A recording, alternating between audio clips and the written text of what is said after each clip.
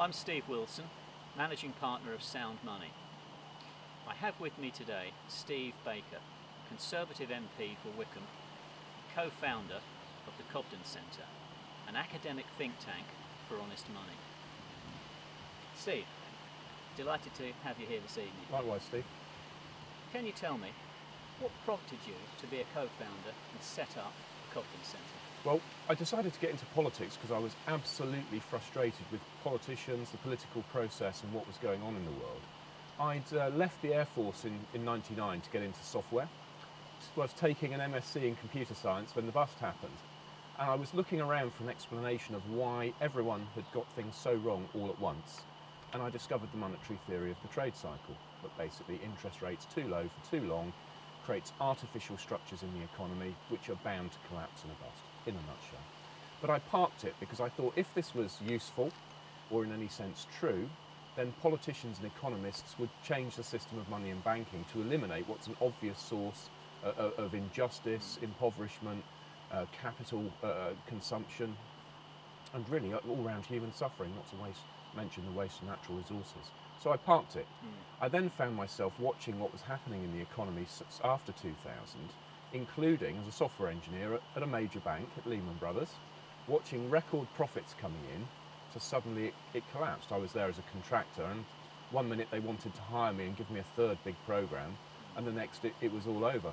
So in the course of that, I decided to go for Parliament, and I was just so frustrated by the poor standard of debate that I sought out the UK's best Austrians. I met Toby Baxendale and Anthony Evans. Anthony's an academic, Toby an entrepreneur, and said to them, look, let's have an Austrian school think tank. Toby had this idea for the Cobden Centre, so we came together and co-founded the Cobden Centre to try and get some of these ideas out in the public space. That's excellent. What do you see as happening now in terms of changing opinions, changing ideas, and making a significant progress in your views and your objectives? How do you see this? Well, right now I know that I am something of an outlier. I'm a kind of strict classical liberal. There's always been a Whiggish tradition in the Conservative Party, so kind of people are fine with that. But I can see the debate coming my way slowly, particularly as things move on. We find the ECB saying what it said about buying bonds. We've got the Federal Reserve saying they're going to print 40 billion a month until employment improves. So as these things are happening in the world, and people can see that what I've been talking about is looking like it's coming to pass, increasingly colleagues in Parliament say to me privately, well actually, maybe we should be talking about a monetary role for gold. And so do academic economists and so on. Now personally, I'm not a gold bug. What I want is money that holds its value. It just happens that historically, that's been gold. And there are other ideas out there, but I can distinctly see the debate coming my way. All of the members of the government, I think, know my view, partly because it's so unusual. So, particularly in the Treasury, they know what I think, and I see people taking an interest in what I have to say. That's reassuring. Can we stop what's about to happen? No. The intellectual obstacles, particularly amongst academic economists, are so great that there's no chance. No, we saw Martin Wolf in the FT today, basically supporting Ben Bernanke in his idea of all this money printing in order to buy mortgage-backed securities. Yeah. Unlimited, at any price. Well, there's a real problem with the trend of economic thinking. People talk about economics as if it was a science with really concrete, solid rules. Well, actually, maybe it is. The problem is some of those rules are just ignored by the contemporary mainstream of economics. One of them is you can't aggregate away the details that really matter. You and I are individuals and we make choices, and those choices change between us as individuals and within us as one person over time. And you can't aggregate away that detail that matters. And the second assumption they make that is wrong is that time doesn't matter when you make a short-run economic prediction. If they understood that time matters in economics, that is in life, then they would understand that injecting new money distorts the structure of the economy, and suddenly they'd think very differently about everything, and the whole base of economic thought would shift. But these guys have grown up with Keynes and with Friedman, and they're all schools of thought which use certain assumptions to make the maths work, and unfortunately those assumptions aren't true. No. And the result is a level of economic debate which actually isn't at all helpful, but which legitimises very clever people taking positions which actually, from my point of view, are mad.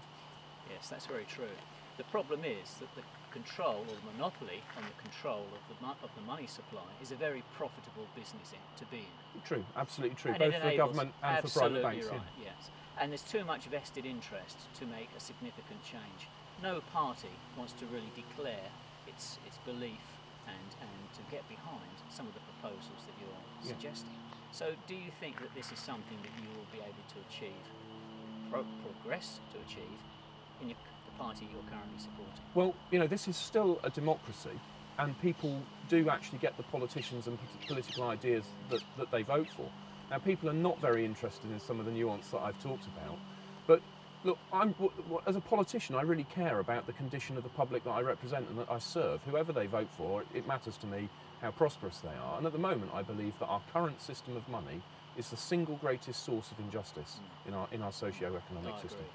Inflation is really harming the poor. It's widening wealth inequality in a way that is unjust. Now, there's a wide range of things to discuss in all of that, but when the public finally figure out that money printing and indeed the inflationary monetary arrangements that we had previously actually are harming the great bulk of people on ordinary incomes, if they figure that out, and the Cobden Centre's job is to help them do so, then we'll see a big change. If we can persuade academic economists that time matters, we could potentially see the current ruling ideology shift very quickly to a basis of honest money, a just economic system. Actually, I think it'd be very, very good for all of us. But I push these things because I think they're in the general interest, and I think if people come to agree, we will see a change. Steve Baker, thank you very much.